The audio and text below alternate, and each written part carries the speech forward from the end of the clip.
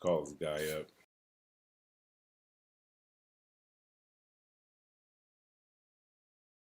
He sent us a message a few days ago, and we responded. Wait for the social workers schedule to open up. So we're kind of at their behest. Okay. Does the social worker need to sign the power of attorney, or they just Correct. need to? Okay.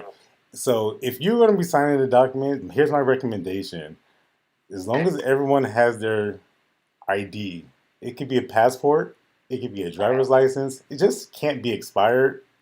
And the next step, what we'll do is send you a text message. Click the link and then just pick the time that works for your family and the social worker once you have their availability. Okay. All right. Give me a few moments. You'll get a text message shortly. Again, feel free to give us a call if you have any questions or need assistance. Do you have would you be able to provide like a process link for that? I think there's probably going to be like 6 7 signatures, something like that. Could you repeat that? We have an estimate for how much stuff to cost. We're probably going to be around like 6 or 7 signatures involved. Okay. It's $229. $229 for all in. Yes, sir. Okay, cool. All right, thank you. All right. Expect a text message shortly. Give us a call if you have any questions. Okay, thank you. All right. Have a wonderful rest of your day. You know, bye. Bye. So that's a follow-up call. So we're going to send him this link. We'll reply to him with this message on his phone.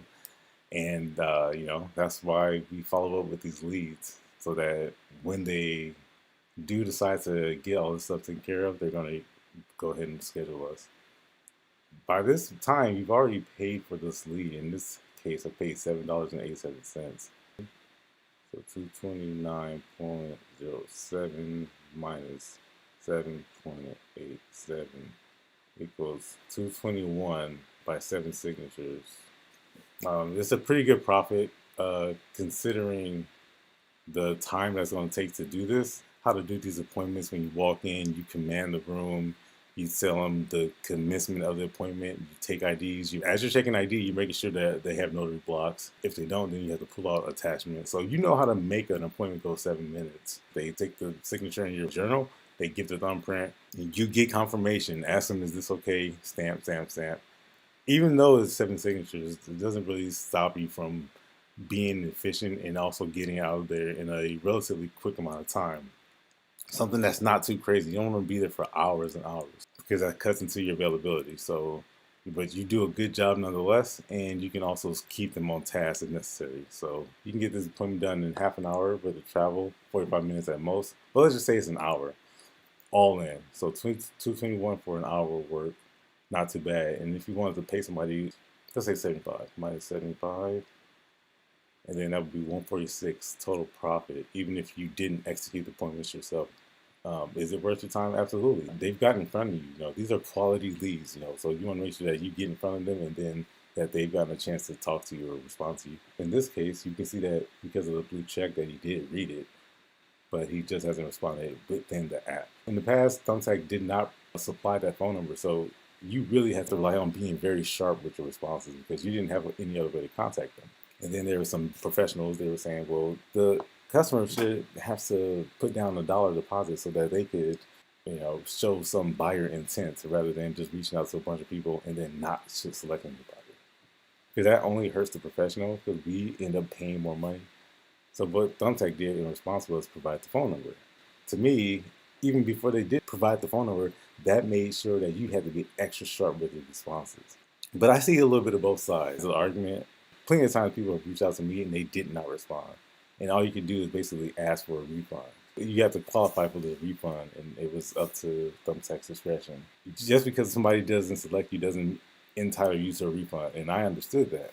That's the problem with most notaries when they face Thumbtack and using it and optimizing it, understanding, hey man, I paid for this, so it is worth my time to try to pursue this. And customers, they want that, they want that. That's the problem with most notaries when they think, all right, well, you should select me. And the reality is, no, they don't. They don't have to select you. You have to compel them to select you. And this is an easy way to do it. This is very quick. It doesn't take very much time. I mean, this automation sets up here, it just sends them a link and then they go and book the appointment. If for some reason they don't book the appointment, that's why I like to follow up with them and give them some time. Because based upon the description here, he described the only reason they haven't executed this is because of some third party signature that's involved, which in this case is the social worker. You can clearly hear in this guy's voice that, hey, he was planning this in advance. This wasn't an urgent need, but it's been held up because of this other person, which unfortunately is delaying this whole thing. But nevertheless, you hear how he also asked for the price. Again, we base these numbers based upon the price per hour. You know, if you do that exercise where you divide the freedom number based upon your hours of availability, and then that would give you your cost per hour. Let's say, for example, your price per hour rather was $125. And if you can get $125, which I demonstrated, even if I outsource this, I would still get $141. So I'd still be on a profit, $15 or so. I'm still profiting. But if I go execute it, then I actually profit $221 because the reality is that I can get there and do the appointment in 7 minutes, or because the erratic behavior of the social worker, who knows, I might actually end up being there for 45 minutes. When I know I can do it in 7, I can do it in 10, I can do it in 15. It might not take 7 minutes, but if I have to be there any longer than I have to, so I'm building in that cost, I'm building in that cushion. So does that make sense? Why you have to understand the price per hour? And then you can understand that, well, you can base your price per hour by the number of signatures.